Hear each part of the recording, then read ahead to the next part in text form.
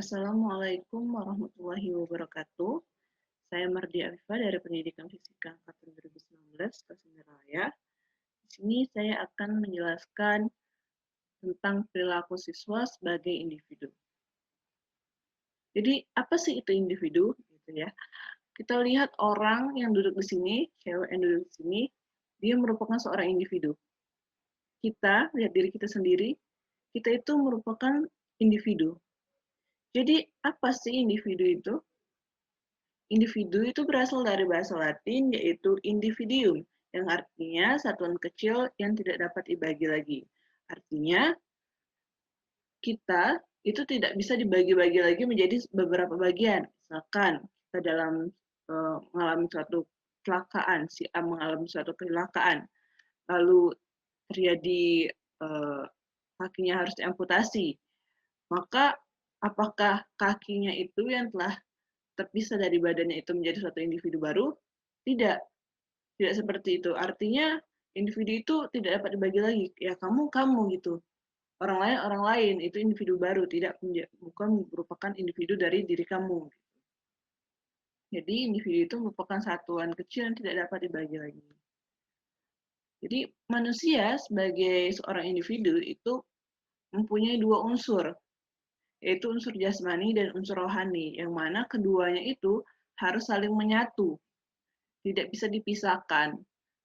Yaitu unsur jasmani itu apa? Unsur jasmani itu yang seperti tubuh kita, itu merupakan suatu unsur jasmani. Sedangkan unsur rohani itu seperti jiwa kita, nyawa kita, seperti jiwa kita gitu. Kalau kita nggak punya jiwa lagi, ya berarti kita bukan manusia, bukan seorang individu. Misalkan kita hanya punya jasmani, hanya punya tubuh saja, seperti yang kaki tadi gitu ya, namun tidak mempunyai rohani, tidak mempunyai jiwa, tidak hidup gitu ya, tidak mempunyai jiwa, hanya mempunyai bentuk fisiknya saja gitu. Maka namanya itu bukan manusia gitu ya, bukan individu lagi namanya. Artinya dia sudah menjadi seorang mayit gitu, karena tidak mempunyai nyawa gitu. Sedangkan kalau hanya ada unsur rohani saja gitu, tanpa ada unsur jasmani, berarti hanya ada jiwanya saja, tidak ada badannya. Itu kan ngeri ya, seperti hantu gitu ya. Nah, itu merupakan bukan manusia lagi gitu. Maka seorang manusia dikatakan sebagai individu jika dia mempunyai dua unsur, yaitu unsur jasmani dan unsur rohani. Karakteristik individu. Jadi apa sih karakteristik individu itu? Kalau kita lihat di sini ada 3 orang yang berdiri, ada yang tinggi, ada yang pendek, terus ada yang kulitnya putih, ada kulitnya hitam, ada yang kemerah-merahan gitu ya. Nah, ini merupakan karakteristik individu yang mana dia itu unik, unik. Artinya berbeda dengan manusia lain. Jadi dia tuh nggak mungkin sama, walaupun saudara, saudara kandung, orang kembar pun itu mempunyai perbedaan baik dari sikap ataupun dari fisiknya sendiri. Lalu ciri yang selanjutnya itu dinamis. Artinya individu itu mengalami perkembangan seluruh aspek, baik jasmani maupun rohani. Pasti dia mengalami perkembangan, tidak mungkin tidak mengalami perkembangan. Walaupun di beberapa orang terjadi suatu kelainan seperti terhambatnya perkembangan, tapi dia masih berkembang, tapi lambat perkembangannya seperti itu. Maka dia ini unik dan dinamis merupakan karakteristik dari individu. Nah, karakteristik dari individu ini dipengaruhi oleh dua hal, yaitu heredity atau bawaan dan juga pengaruh interaksi dengan lingkungannya. Kalau heredity itu berarti dari keturunannya nih, misalkan orang tuanya itu tinggi gitu ya, terus pintar, kulitnya putih, maka keturunannya kemungkinan besar akan sama seperti yang orang tuanya sebelumnya tadi gitu. Terus ada juga pengaruh interaksi dengan lingkungan. Ini merupakan pengaruh dari teman, guru, dan lain-lain yang bisa mempengaruhi karakteristik dari individu gitu. Kalian berteman dengan orang yang baik gitu. Ya kemungkinan kalian akan menjadi terikat baik juga gitu. Kecuali kalau kalian berteman dengan orang-orang yang nakal, maka kalian akan terikut suasana menjadi seseorang yang nakal juga gitu. Kemungkinan besar akan terjadi yang seperti itu. Selanjutnya ini ada aspek-aspek perbedaan individu. Yang pertama perbedaan kognitif. Artinya perbedaan kognitif ini berkaitan dengan kemampuan dalam menguasai sains dan teknologi gitu. Berarti ya kognitif berarti kemampuan kita dalam pengetahuan gitu ya tentang sains dan teknologi. Lalu perbedaan kecakapan bahasa. Jadi ini mengekspresikan pemikiran melalui frasa dan kata-kata yang bermakna dengan cara yang sangat berbeda. Jadi bagaimana kamu menuangkan kata-kata itu, mengekspresikan pemikiran kamu melalui kata-kata dengan cara kamu yang berbeda-beda, namun bermakna. Apa yang kamu katakan itu bermakna. Itu merupakan kecakapan bahasa. Lalu perbedaan kecakapan motorik, yaitu berkaitan dengan kemampuan dalam mengordinasikan kerja saraf pusat dan saraf motorik untuk melakukan aktivitas. Berarti motorik itu gerak gitu ya. Berarti berkaitan dengan gerak, yaitu mengordinasikan kerja saraf pusat dan saraf motorik untuk melakukan aktivitas. Terus ada perbedaan latar belakang. Ini berkaitan dengan latar belakang individu, dapat berupa perbedaan sikap anggota keluarga di rumah dan di lingkungan sekitar. Artinya, kalau terjadi diskriminasi atau di dalam keluarga kamu itu terjadi perbedaan gitu ya, ada yang orang tuanya itu yang sayang sama kamu, terus perhatian, terus ada juga orang tua yang mereka itu cuek gitu, itu mereka berbeda, setiap individu itu akan berbeda gitu. Terus ada perbedaan bakat. Di sini berkaitan dengan kemampuan khusus individu sejak lahir. Artinya bakat kamu apa nih? Misal kamu dari kecil itu udah pintar nyanyi gitu. Berarti itu bakat kamu gitu. Namun bakat ini juga bisa terus diasah gitu ya. Jadi lebih baik lagi. Terus ada perbedaan kesiapan belajar. Nah, ini berkaitan dengan kesiapan belajar individu yang dapat didasarkan pada kapasitas mental dan usia individu. Jadi, kalau usianya nih masih 5 tahun, ya jangan dipaksa untuk SD gitu ya, kan usia SD itu belum sampai gitu. Terus usianya 5 tahun, 4 tahun, sudah disuruh baca kalkulus, ya nggak mungkin kan gitu ya. Nah, jadi harus disesuaikan dengan mental dan usia individu untuk kesiapan belajarnya gitu. Jadi setiap individu itu punya kesiapan belajarnya masing-masing. Lalu individu itu dalam dikaitkan dengan pendidikan itu melakukan suatu perilaku, yaitu perilaku belajar. Di mana perilaku belajar ini merupakan suatu aktivitas mental atau psikis yang terjadi dalam interaksi aktif dengan lingkungannya yang menghasilkan perubahan-perubahan dalam pengetahuan, pemahaman, keterampilan, dan nilai sikap. Artinya nih, kalau kamu belajar, kamu mengalami perilaku belajar, maka pasti akan terjadi perubahan dalam diri kamu, walaupun hanya sedikit, pasti ada perubahan gitu. Misalkan kamu yang sebelumnya tidak tahu nih tentang apapun, setelah kamu belajar, kamu akhirnya tahu. Misalkan kamu sedang belajar gerak lurus nih, awalnya kamu nggak tahu nih, gerak lurus itu apa sih gitu ya. Nah, namun setelah kamu belajar, terjadi perubahan dalam diri kamu gitu. Dari perubahan dalam pengetahuan kamu, misalkan kamu jadi tahu apa nih gerak lurus itu. Terus misalkan juga dalam sikap kamu, jadi kamu lebih hati-hati dalam mengendarai mobil gitu. Ketika kamu tahu tentang penerapan dari gerak lurus tersebut gitu. Lalu perilaku hasil belajar nih, ketika kamu sudah belajar, kamu akan mendapatkan hasil belajar. Nah, perilaku hasil belajar ini ada 3 aspek, yaitu aspek kognitif, aspek afektif, dan aspek psikomotorik.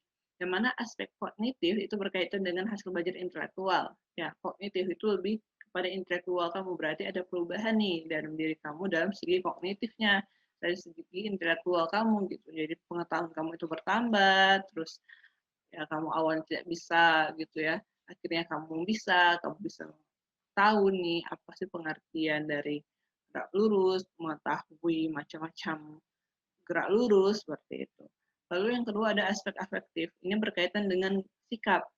Jadi awalnya misalkan cari perubahan nih dari diri kamu. Yang awalnya sikap kamu tuh masih acuh nggak acuh gitu ya. Terus juga kamu bisa males-malesan, nggak bertanggung jawab. Namun setelah kamu belajar gitu ya, dari perubahan dari sikap kamu menjadi bertanggung jawab, kamu mengerti nih bahwa yang kamu lakukan tidak baik gitu. Nah, itu merupakan terjadi perubahan sikap dari kamu.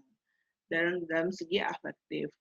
Lalu ada aspek psikomotorik. Nah, aspek psikomotorik ini berkaitan dengan keterampilan dan kemampuan bertindak. Artinya nih, misalkan kamu melakukan praktikum, Kamu awalnya nggak tahu cara menggunakan jangka sorong itu seperti apa, namun setelah kamu melakukan praktikum, kamu bisa gitu. Kamu tahu bagaimana cara menggunakan jangka sorong gitu. Itu berarti kamu sudah ada keterampilan dalam menggunakan jangka sorong tersebut. Berarti ada perubahan dari aspek psikomotorik kamu gitu. Selanjutnya ada faktor-faktor yang mempengaruhi perilaku belajar. Ada 3 faktor, yaitu faktor internal, faktor eksternal, dan faktor pendekatan belajar. Yang mana kalau faktor internal itu ada 2 macam, yaitu fisiologis dan psikologis. Kalau fisiologis itu lebih kepada jasmani atau lebih kepada diri apa ya, badan kamu gitu ya, fisik kamu gitu. Kalau misalkan kamu itu sehat, gitu, badan kamu sehat, kuat gitu ya, pasti kamu lebih semangat dalam belajar gitu. Jadi apa yang dipelajari itu lebih cepat menyerap ke dalam diri kamu, dalam pikiran kamu. Namun kalau kamu sakit, kamunya lemah gitu ya, nggak sehat, nggak fit, pasti akan lebih sulit memahami apa yang dipelajari gitu. Jadi lesu gitu ya, dengan nggak semangat gitu. Jadi itu merupakan faktor fisiologis. Terus ada faktor psikologis. Kalau psikologis ini lebih kepada kayak minat kamu minat dengan pelajaran tersebut gitu ya. Nah, itu merupakan faktor fisiologis, psikologis. Lalu ada faktor eksternal. Ini ada lingkungan sosial dan lingkungan non sosial. Lingkungan sosial itu apa? Lingkungan sosial itu berkaitan dengan orang-orang yang ada di sekeliling kamu. Misalkan guru, gitu, teman. Kalau teman kamu rajin, ya kamu mungkin akan ikut-ikut rajin juga gitu ya, ikut rajin belajar gitu. Kalau teman kamu yang nakal ya kamu mungkin terbawa-bawa juga untuk nakal gitu. Kalau guru saya dulu bilang, kalau kita di suatu lingkungan itu ada kemungkinan kamu itu bisa merubah mereka atau kamu yang ikut terubah oleh mereka. Nah, jadi kamu sendiri yang harus pilih kamu mau merubah mereka, apakah kamu bisa untuk merubah mereka atau kamu yang akan terubah oleh mereka, kamu yang diubah oleh mereka gitu. Nah, itu kamu harus pilih. Kalau kamu tidak ingin keduanya itu terjadi, maka hindarilah lingkungan tersebut. Misalkan kamu nggak mau ikutan nakal gitu ya, ya berarti jauhi orang-orangnya. Bukan bukan maksudnya menjauhi orang-orangnya, tapi menjauhi pergaulannya tersebut. Misalkan kalau berteman ya berteman, tetap berteman gitu ya. Kita nggak bisa menutup pertemanan karena itu salah satu relasi kita gitu ya dengan orang lain. Tapi kalau dia mengajak untuk misalkan hal-hal yang tidak baik gitu ya, jangan diikuti gitu. Alasan aja ada kamu mau ngapain gitu ya, enggak untuk mengikuti kegiatan yang mereka lakukan yang tidak bermanfaat gitu. Lalu ada lingkungan non sosial. Kalau lingkungan non sosial ini itu berkaitan seperti sarana dan prasarana, misalkan jarak rumah kamu ke sekolah gitu ya, seberapa jauh, apakah kamu akan kelelahan jika kamu sejauh apa itu. Nah, itu bisa mempengaruhi perilaku belajar kamu juga gitu.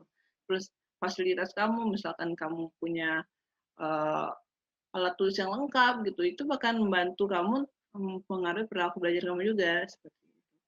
Lalu ada pendekatan belajar. Nah, ini berkaitan dengan keefektivitasan semua cara atau strategi yang digunakan siswa dalam menunjang efisiensi dan efektivitas proses belajar materi tertentu. Jadi, ya strategi kamu sih gimana kamu agar bisa efektif dan efisien dalam belajar tersebut. Gitu. Jadi dari apa yang saya sampaikan sebelumnya dapat disimpulkan bahwa individu itu berasal dari bahasa Latin yaitu individuum yang artinya satuan kecil yang tidak dapat dibagi lagi. Karakteristik utama dari individu yaitu unik dan dinamis. Seorang individu yang belajar akan mengalami perilaku belajar.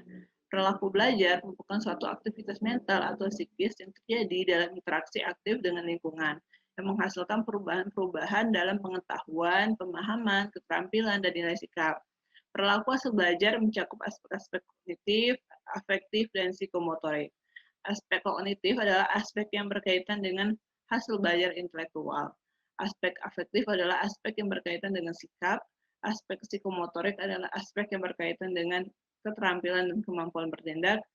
Dan terdapat 3 faktor yang mempengaruhi perilaku belajar, yaitu faktor internal, faktor eksternal, dan faktor pendekatan belajar. Baiklah, itulah yang dapat saya sampaikan dalam materi perilaku siswa sebagai individu. Terima kasih. Jika ada yang ingin ditanyakan bisa ditulis di kolom komentar. Terima kasih. Wassalamualaikum warahmatullahi wabarakatuh.